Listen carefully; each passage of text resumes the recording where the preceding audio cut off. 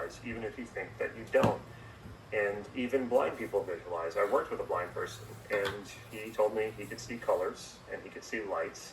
Now, I'm not saying that all blind people visualize, but I would say if even blind people, some, visualize, you definitely visualize. And another way that I can assure you that you definitely visualize is if you've ever met a friend in a crowded place. Let's say you had to go to an airport to pick up a friend, and there's lots of people at the airport. Well, how do you even know how to recognize your friend if you don't visualize? Now think about this for a second. If you are searching for a face in a crowded place, a familiar face, and you don't visualize and you have no inner vision, how would you be able to connect with the face? How would you know that person was familiar to you, especially among so many faces? You have to have an image inside your mind of that person's face.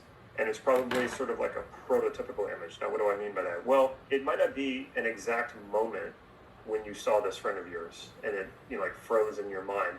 It's probably something that is kind of general. Like maybe they have different looks and different appearances. We all do from time to time. We get different haircuts, or there's different ways that we can look slightly different. So it's kind of a generalized version image of the person's face, and you're scanning it along the group of people. Now, you probably don't realize this because this is mostly unconscious, but if you stop to realize it for a moment, you can recognize this, that you're actually scanning with that generalized image of your friend's face along the crowd until you find a match. And sometimes, because it's a generalized image, you see someone, you go, oh, okay, no, it's not my friend. Like for a second there, you sometimes think that you have recognized your friend, but it fits the description in your mind a little bit, but not quite. And then you realize, no, okay, that's not my friend. That's how specific you are in visualizing. And I guarantee you, any of you who think you cannot visualize well, or that you don't visualize at all, you are able to do that. You are able to walk into a crowded place, knowing who you're looking for, and find that person amongst a sea of many, many faces. So that tells you you do indeed visualize. Why visualize? Why is this even important? You might be very auditory, and you might prefer to go with sounds or voices. You might be very kinesthetic, and you go more with tactile information, or you might go more with proprioception, how your body feels in time and space. That is all valid. There's nothing wrong with any of that. And in fact, most people do have a preference. One we call representational system, or one sense that you tend to prefer, just like what we tend to prefer either our right hand or our left hand. Same thing happens in our representational systems. Now, I would say that in general, the majority of us are very visual, but there are plenty of auditory people, and they really process through auditory. It doesn't mean that they don't visualize. It just means that they prefer to process information through the auditory. And then, like the same thing I mentioned with kinesthetic. Now, make sure we're separating evaluative and emotional kinesthetic, because there's a lot of people say, oh, I'm so kinesthetic, and what they're really referring to is the emotional evaluative kinesthetic, which all of us are. That's how we make any choice, decision, any of those things. We have to access that evaluative emotional feeling that says, yes, I would rather chocolate than vanilla, or whatever your choice is. That's emotional and evaluative. We all have that. We all do that. So when you think kinesthetic, you gotta think tactile or proprioceptive. Visualization is so powerful because you can access so much information all at once. So think about it. When you see a painting, you instantaneously see like 7 to 8 colors all at one time, and you can process all of that information, recognize it all at once. That's really amazing, especially when you compare it to something like auditory, which if you hear one voice, okay, that's good. I can pay attention to one voice. Try paying attention to 2 voices at one time. Very, very difficult, but some people actually can do that. Try 3 voices, 4 voices, 5 voices. As you go up, you just can't process as much auditory information simultaneously, especially different auditory information simultaneously, as you can process visual information that you see simultaneously. And the same thing goes for tactile or proprioceptive information. It's hard to touch more than 3 or 4 things and know what it is you're touching. In fact, it's very difficult if you touch like something soft on this finger, something hard on this finger, something warm on this finger, something cold on this finger. It really gets difficult to be able to distinguish the differences between all of those different sensations. What visualization has above the others is that ability to recognize all of that information all at once. The other good thing about it is, too, we think about this more in terms of what we actually see externally instead of our internal representations. With visual information, we can see stuff from very far away. With auditory information, we can hear something, and if we can't see it, we can probably guess in the general direction where it is, but it's not very precise. And you'd have to hear something multiple times before you could really get a sense of where that is. Now, of course, some people are much more attuned auditorily, and they can tell they can be more exact and more precise. And then the same thing about kinesthetic. If most things you're judging and processing, you have to touch them.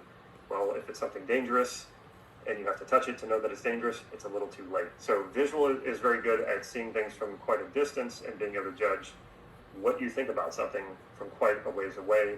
When you can only hear things, it's less precise. When you can only touch things, if it's dangerous, you're a little too late. So you're probably thinking more in terms of visualization to get what it is that you want. And I think visualization is a little overhyped in that regard, and at the same time, it's absolutely necessary. Let's talk about the overhypedness of it.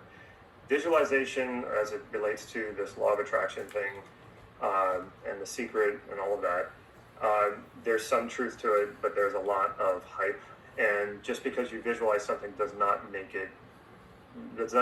that it's going to happen. And actually, that's a really good thing. I've visualized things that I certainly would not want to come. I certainly wouldn't want to materialize, and we all do. Just by visualizing something alone is not going to suddenly make it arrive at your doorstep. That just does not happen. The idea of bringing something into your senses, and I wouldn't just do it with visualization, I would do it with auditory and kinesthetic, it just makes it seem more real to you. And so the more real something can seem to us, the more possible it can seem, and the more clarity we have. And clarity will naturally draw you to something. So if you have a very clear image of what it is you want, or a very clear image of yourself, which is what we use in the swish pattern, you have this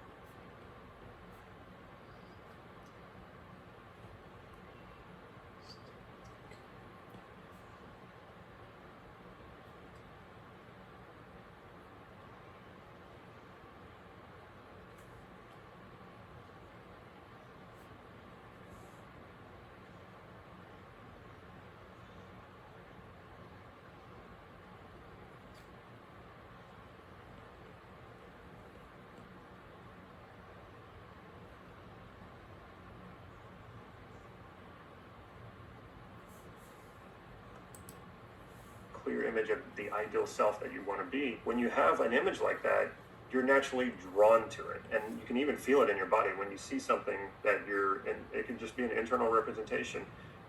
Your vision or an image of you, the you want to be, the ideal you that you want to be, you will feel like there's a natural pull in that direction. It actually feels like it's kind of pulling you in. And that is what motivation is. So when you can clearly visualize what you value, when you can clearly visualize what it is you want, you will feel that natural sort of pull to it. If you can also hear it, if it has sound, it might bring that to another level of making it seem even more real. And if you can touch it, then there again, you're bringing in more information that makes it seem more real. So when you can do all these things for something that you want, and you can practice this a little bit, and then let it go, let it slip into unconsciousness, that image, those feelings, the auditory information,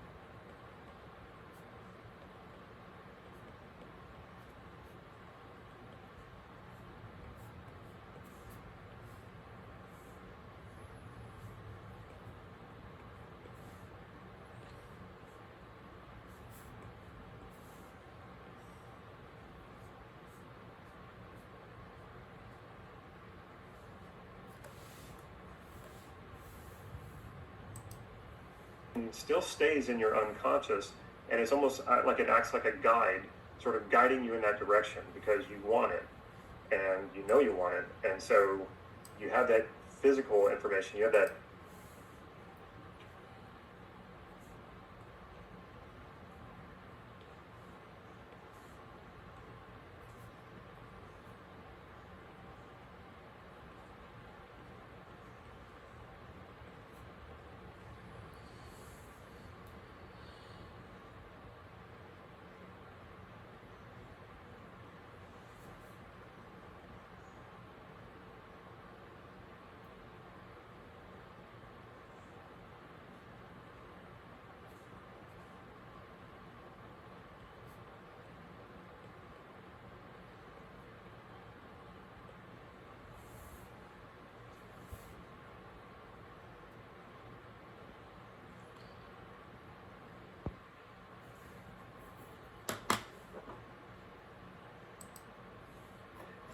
Sensory-based information, which is very, very powerful, that will draw you to it. It's so much more powerful than just having sort of an intellectual understanding of what it is that you want, or if you have this sort of theoretical, hypothetical idea of what it is that you want, but you don't have a sense of how it shows up in like real time and space as something that you could see, that you could hear, that you could touch. I'm not saying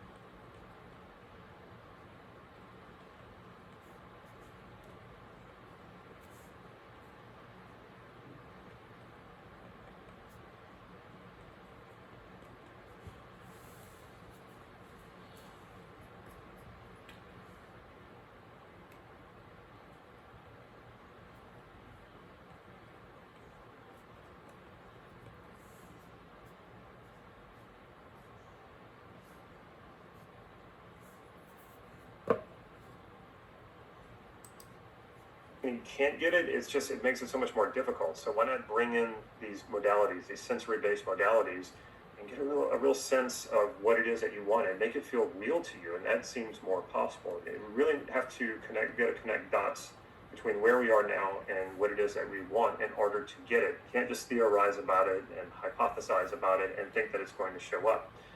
If there's any confusion as to what it is that you want, or lack of clarity, it definitely gets in your way. We are hardwired, at least unconsciously, we are hardwired to move away from things that are confusing or chaotic and to move toward clarity. So the more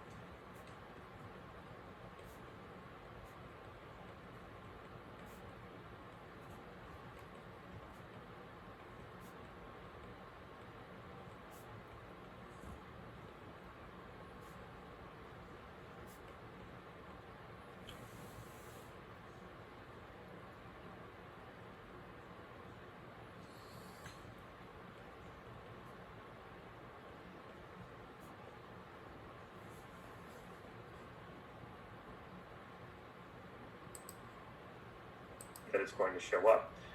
If there's any confusion as to what it is that you want, or lack of clarity, it definitely gets in your way. We are hardwired, at least unconsciously, we are hardwired to move away from things that are confusing or chaotic and to move toward clarity. So the more clarity you have about something that you want, like showing up in your at least 3 of your 5 senses, it makes it so much easier to realize that, to materialize.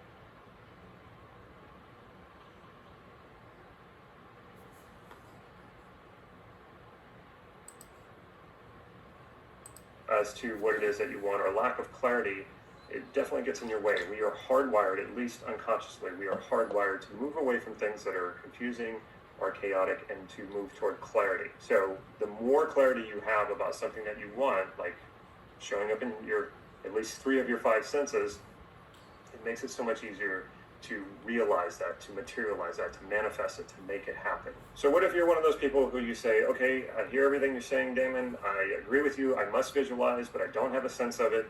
Help me out here. Okay, well, first of all, the first thing is to presuppose, that you do. And I've already shown you that you do visualize. I'm sure.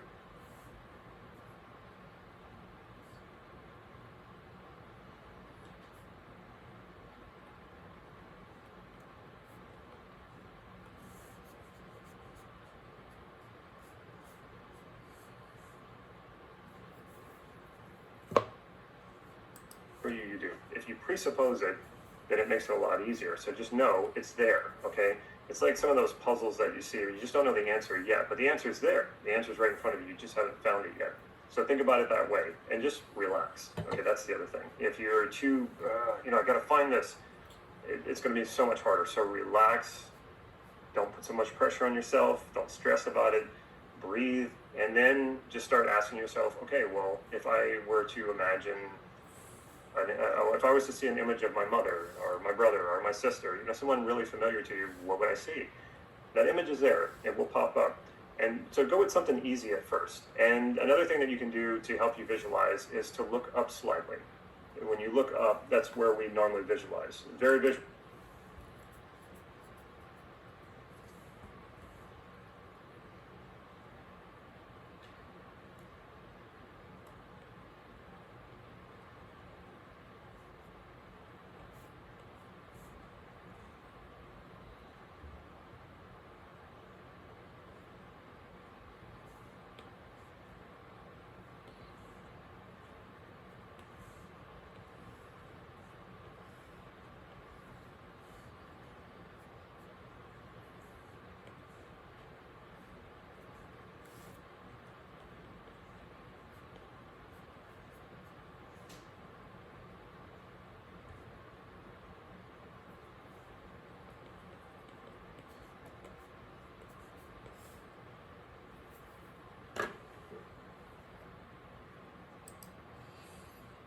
To you, what would I see? That image is there. It will pop up. And so go with something easy at first. And another thing that you can do to help you visualize is to look up, suppose it, then it makes it a lot easier. So just know it's there, okay? It's like some of those puzzles that you see, you just don't know the answer yet, but the answer is there. The answer is right in front of you. You just haven't found it yet. So think about it that way and just relax. Okay, that's the other thing. If you're too, I got to find this,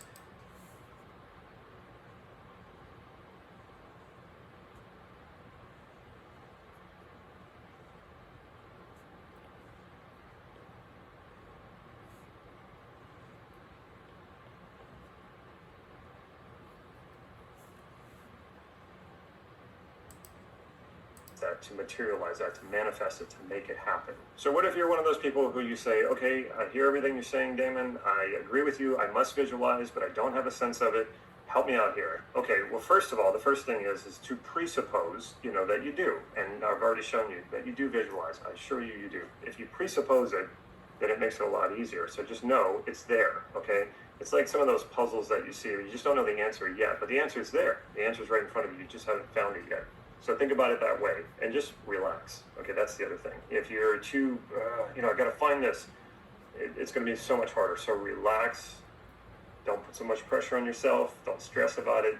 Breathe, and then just start asking yourself, okay, well, if I were to imagine, if I was to see an image of my mother or my brother or my sister, someone really familiar to you, what would I see? That image is there. It will pop up. And so go with something easy at first. And another thing that you can do to help you visualize is to look up slightly. When you look up, that's where we normally, if I were to imagine, if I was to see an image of my mother or my brother or my sister, someone really familiar to you, what would I see? That image is there. It will pop up. And so go with something easy at first. And another thing that you can do to help you visualize is to look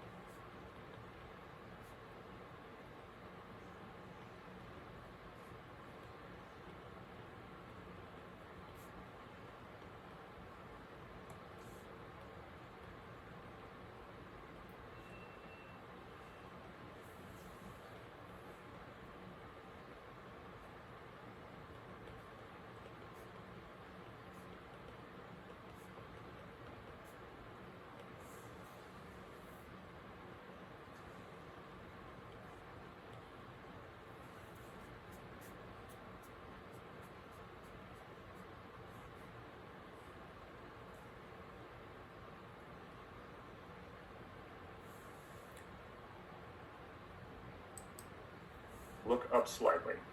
When you look up, that's where we normally visualize. Very visual people tend to look up, and they tend to speak very fast because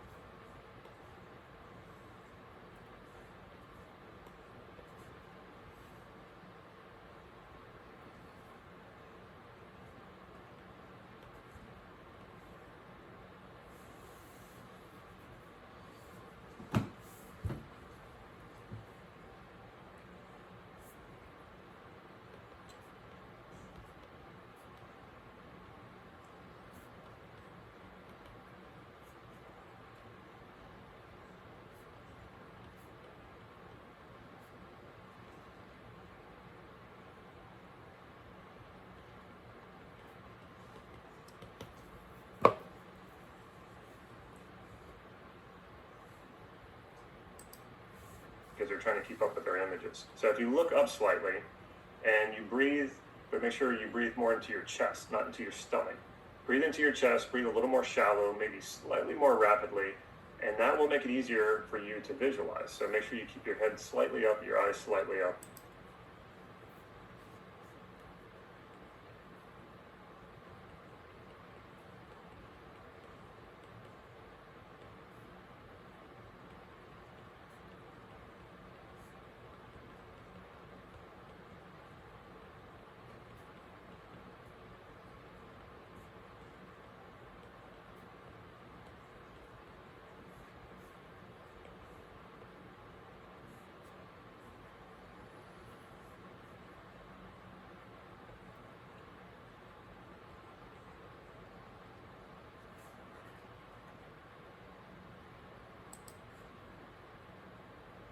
Because they're trying to keep up with their images. So if you look up slightly and you breathe, but make sure you breathe more into your chest, not into your stomach.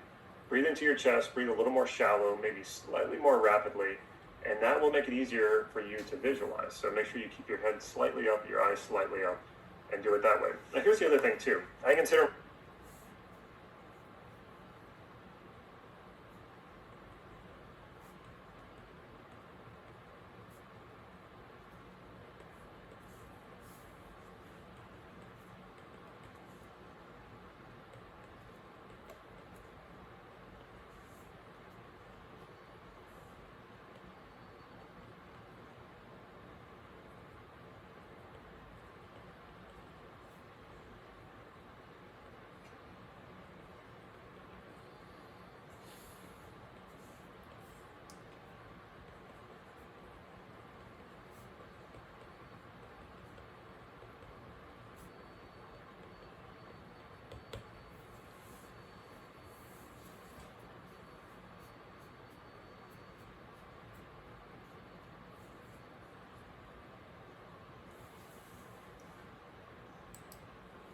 myself a visual person because I use visual information more than anything else, but I don't see things like in high definition with like all these details and really bright. I don't think I'm a great visualizer. I just use visualization more than anything else, but I'm not great at it. Like it's not so vivid to me. What I tell people is I only see what I need to see, and the same goes for you. You don't need to see like the main thing that you need to see, plus all the background and all the details and all the people involved. You don't need all that. You only need to see what you need to see. What is important for you to see, and just see that, and just focus on that. You don't need to see all the, everything else, all of those details. It's not necessary. So those are some really easy little things that you can do to add to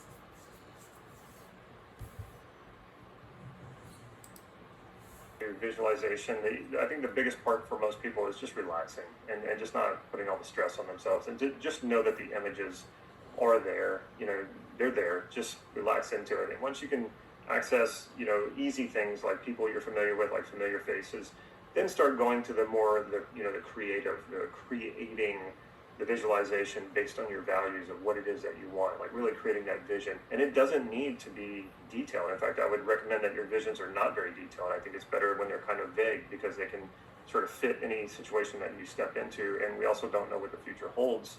So we don't want to have too detailed of a vision. We want it to be loose enough that it can adapt to whatever the future holds for us.